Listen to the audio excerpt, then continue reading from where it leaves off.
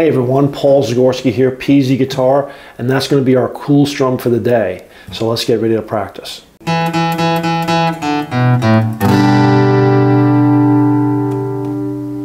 Hey, welcome back. Paul Zagorski here, PZ Guitar, your virtual practice partner. Today we have another cool strum for beginners. I mean, it's more than just hitting down strums.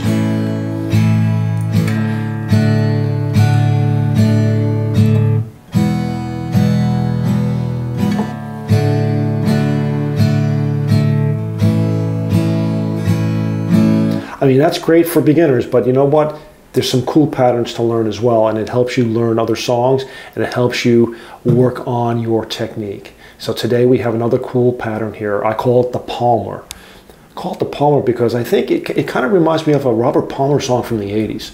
I really can't put my finger on it, but it always has reminded me of that. So let's get ready to practice. So our pattern is going to be,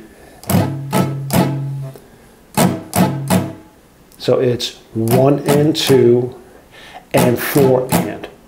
That's our pattern. So I'm going to use just 2 chords here. And so let's, but before we do that, let's just practice that strumming pattern by muting our strings for lab number 1. So coming up, lab number 1.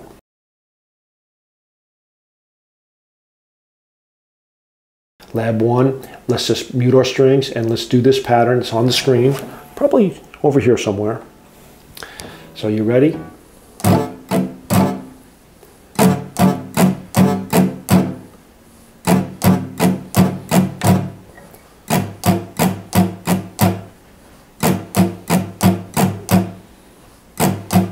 One and 2 and 4 and 1 and 2 and 4 and.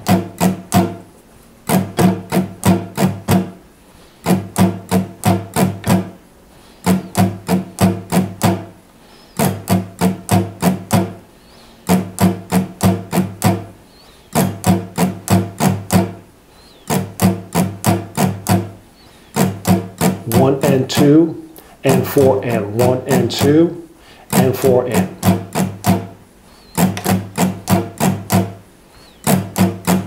Okay, that's enough for lab number 1. So let's get ready to do our 2 chords that we're going to use today. The A chord and the E chord, the 1 and the 5 we'll start off with. So let's get ready for lab number 2 coming up.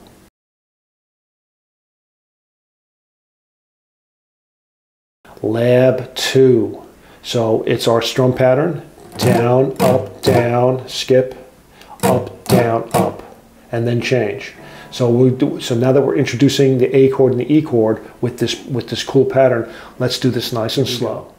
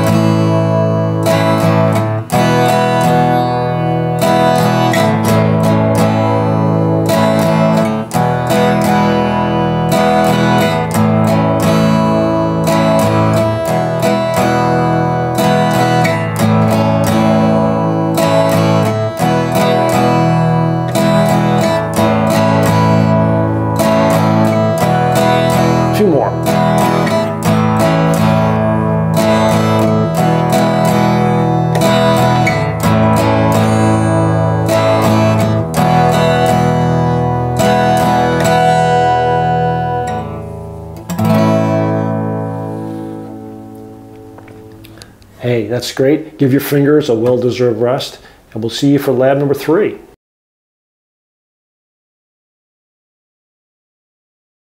Hey everyone, I hope you're finding value in these practice sessions. If so, well, you know what to do. Hit the button. You know, like and subscribe, hit the button. It means a lot. Leave a comment as to what things you need help with, what things I'm doing well, what things I'm not doing well. So lab number 3. This time we're going to introduce the 5 chord of the group on the key of A. We're going to add the D chord. This is a familiar chord that we've done before, and it works well in this kind of a pattern. So we're going to split up the measure. The first half is going to be an A. The second half is going to be an E or a D. So it's going to be A, E, A, D, and then rinse and repeat. So we'll do this, we'll do the same pattern. We'll do it a little slower because we're going to be having the need to go from the E chord to the A chord, or from the D chord to the A chord, from an up strum to an immediate down strum. So we'll take it nice and slow. So let's take this nice and slow. Lab number 3.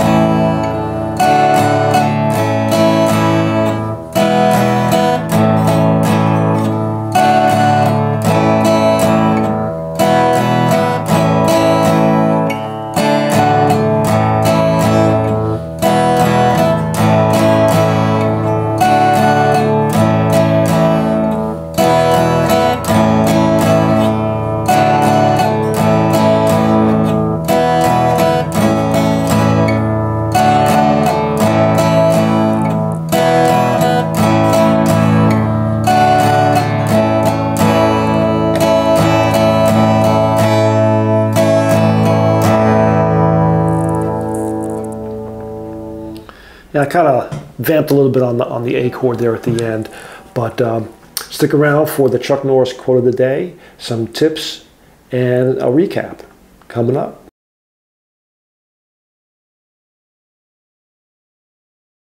Hey everyone, thanks for sticking around. If you've been here before, thank you very much. If this is your first time here, hey, hit the like and subscribe button. You know, this is a place where we practice. We do long, extensive strumming. I just don't show you like on some other sites. They show you a verse or a chorus and leave you to go practice. We're practicing this together. Okay, it's important to have someone to practice with instead of just leaving to your own devices. So that's the whole purpose here. And again, one of the biggest things that I say all the time, keep your strumming hand moving up and down. Keep it going. This is your metronome. This is where the sound comes from. This is the whole thing. This is what keeps you going. You don't ever stop. You know, if you miss a chord, don't worry about it. As speaking about chords, one of the things that I recommend is, I mean, there's a number of ways of playing the A chord. I prefer to use going from, you know, from the D string, putting my middle finger, then my index finger on the G, and my ring finger on the B string. I like that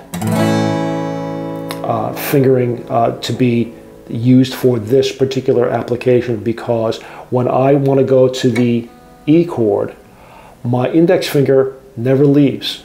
It just slides back and then it slides back to A, and then two fingers, my ring and my index, they never leave, they just slide forward, and I then move my middle finger back onto the high E string. So I have two anchor fingers.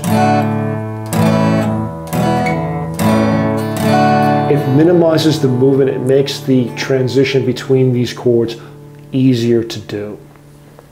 So that is our big tip here, is to keep your hand moving and use the appropriate fingering, whatever feels comfortable for you. If you want to use the mini bar for the A, and then fold in for the E, and then perfectly fine. If you want to use a modified D chord, you want to use the D sus and just use two fingers, nothing wrong with that. It's in the family. It's in the family. So without any further ado, let's do our Chuck Norris quote of the day. Okay. Chuck Norris does not hunt because the word hunting implies the possibility of failure. Chuck Norris goes killing. You know, that's a little dark. That's a little dark. But I have a link on Amazon for Chuck Norris gifts. Root around, go find something. There's things that are just funny, just to look at, if anything. So just go take a look around. And again, this was part of a series of cool strum patterns. You know, right now, this was the sixth and final one. I think I'm going to increase it. I think I'm going to add a few more to it.